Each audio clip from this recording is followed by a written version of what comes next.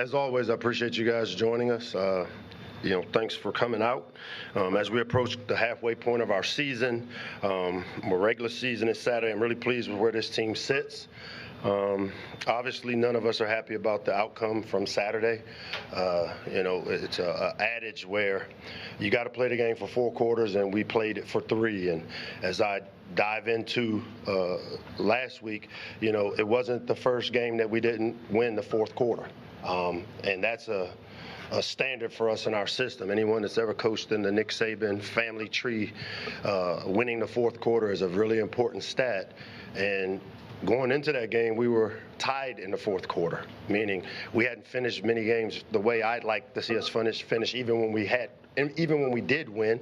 And because of it, there's an old adage, it gets us when it gets us, and it got us on Saturday with us not finishing and winning the 4th quarter, which is paramount of championship teams. Winning the 4th quarter represents finishing strong, head-butting the finish. All these are standards for us, and so we'll work really hard this week to emphasize the way we finish and expect us to do a better job like we've done in all the other areas we've had to make these corrections. We've had 8 freshmen basically play starter reps. As they reach and get to this halfway point, we're no longer an inexperienced team. I can't stand up here and keep using the word inexperienced with some of these guys because they've played starter reps for almost a half a season. And so our expectation rises with them with each and every game. I expect us to use some of the frustration we have with the things that we can control that we didn't control. We'll get that corrected against a really good Nebraska team that I got a lot of respect for. You look at the job Matt Rule has done. He's flipped that roster, turned around their program. A lot more athletic team, a lot more length than they maybe have had there in the last couple of years. They got a big-time quarterback and do a really good job in all 3 phases. I've known Matt for a long time. Went to college with his first cousin, Craig Sponsky, who was a really close friend of mine, and I really have a lot of respect for Matt and the work that he's done as a coach. Our game captains this week will be A.J. Samansky, Daniel Wingate, and Jamari Glasker. And with that, I'll open up the questions. Mike, coming off of last Saturday's game, how do you walk the tightrope between using it as the best teaching tool without it being a haunting hangover for you guys this Saturday? Yeah, haunting hangover, I'll keep telling you guys, we'll be defined by what we do now. Like, once the game is over, we QC it, which quality control it. We figure out what we did well, what we didn't, and then we move to the next one. So last week's game should not and will not have any impact on this week's game and how we prepare because of the way we prepare. Nebraska leads the Big Ten in defending the pass. What kind of things do you see on the tape, and how is that going to present a challenge to you guys this Saturday? They also are probably a team that gives up a little bit of stuff in the run game. That's the other side of it. They're great pass defense. When we study people, we try to figure out what they do well and what they don't do well. I would say that based on what we are scouting of these guys, he's a good coach. So the things they don't do well, play to run some. We got to do a better job ourselves of running the football. We've got some talented skill on the outside. Our guys have to make the plays that are there to be made, and I expect us to do that. And so this week, I think we're a team that will match up evenly with this Nebraska team. They're super talented. Like I said, their quarterback is a guy that we've got to do a really good job of trying to affect. They've got great skill in the backfield, as they've always had. And then, like you said, the defensive backfield, a lot of it can be attributed to the pass rush. The McCullough kid that we saw and faced as a freshman at Indiana has now gone over to Nebraska, and he's a guy that shows up all over tape that we've got to do a great job of keeping our quarterback healthy. But they also do a great job of playing man coverage, middle field closed coverages, and we've got to find a way to beat man coverage and create some separation when we get the opportunity. And Mike, kind of what have you seen from the players the last couple of days to kind of give you confidence in knowing that they're motivated to regroup, and then how do you keep one loss from turning into a losing streak? Yeah, again, we'll be defined by what we do in the present. Last week's loss will have no bearing on what we do this week. I mean, it's just the way it works, Gene, and I know that you guys like to loop things together, but last week is over. We have to make the corrections that we will make. We'll make the coaching corrections that we need to make. We turned the page on last week just like we do every play. We got to get to the next play. We get to the next game. We're there now. This is, as having it on Tuesday makes it a little tough for me because I digested it a day ago after we finished with our team, and we've turned the page on it. So I don't expect it to have any bearing on this week. I expect us to prepare like we have. I thought we prepared well a week ago. We just didn't finish.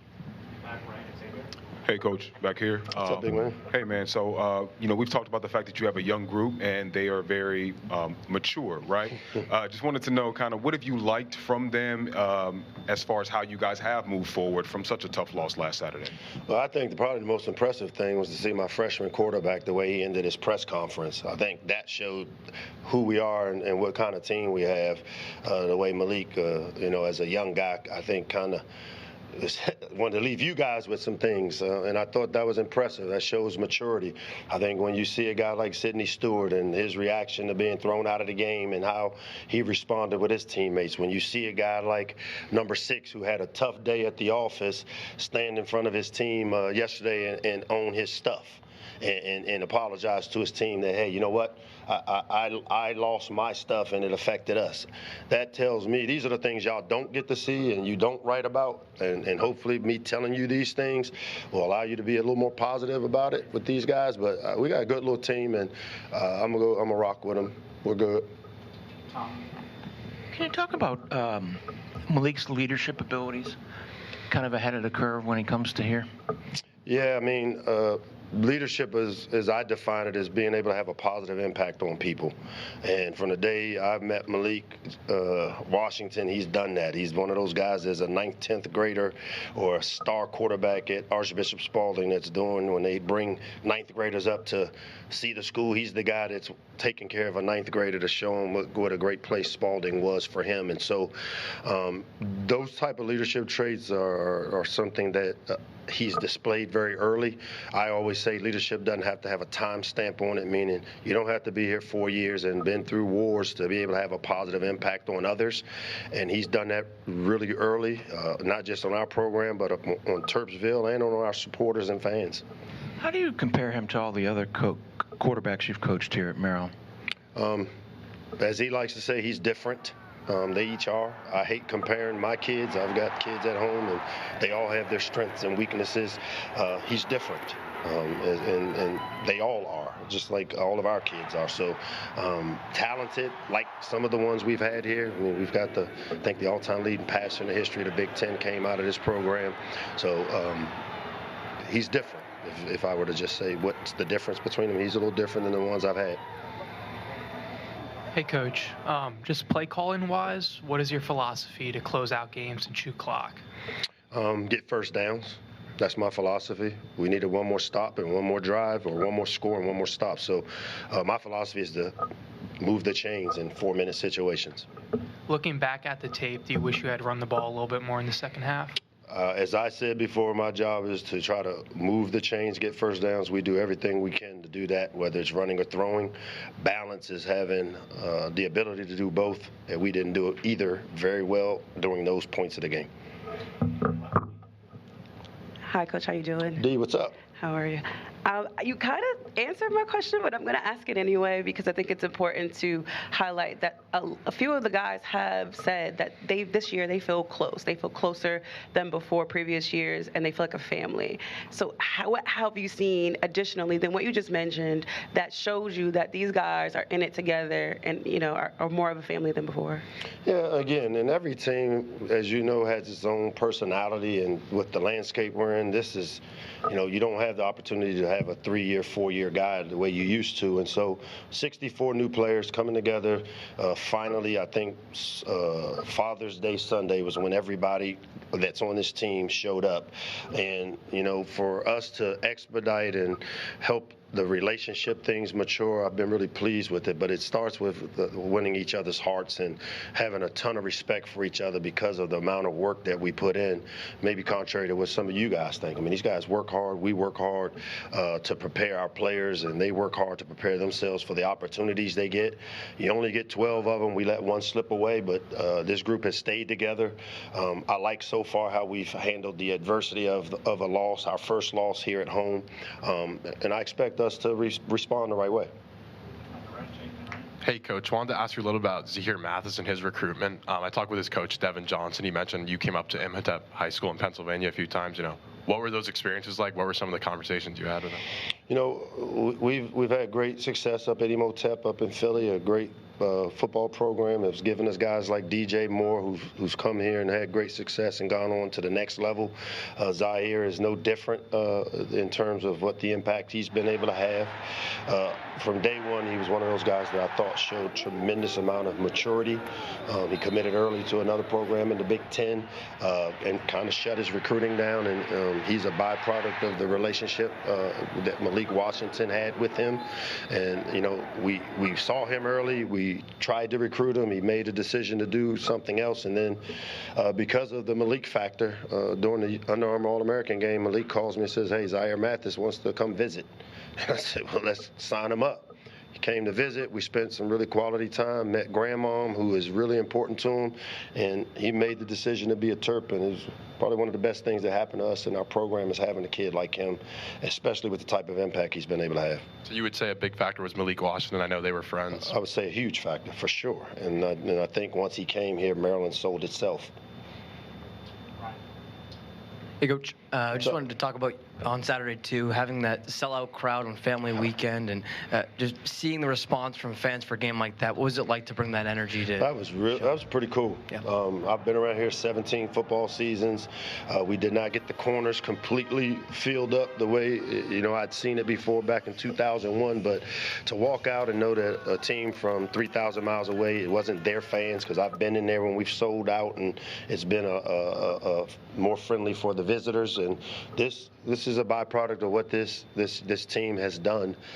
They've created enough interest from our local people to decide, hey, let's go check out what's going on over in Terpsville. And so kudos to our team for those guys putting themselves in that position to create an environment.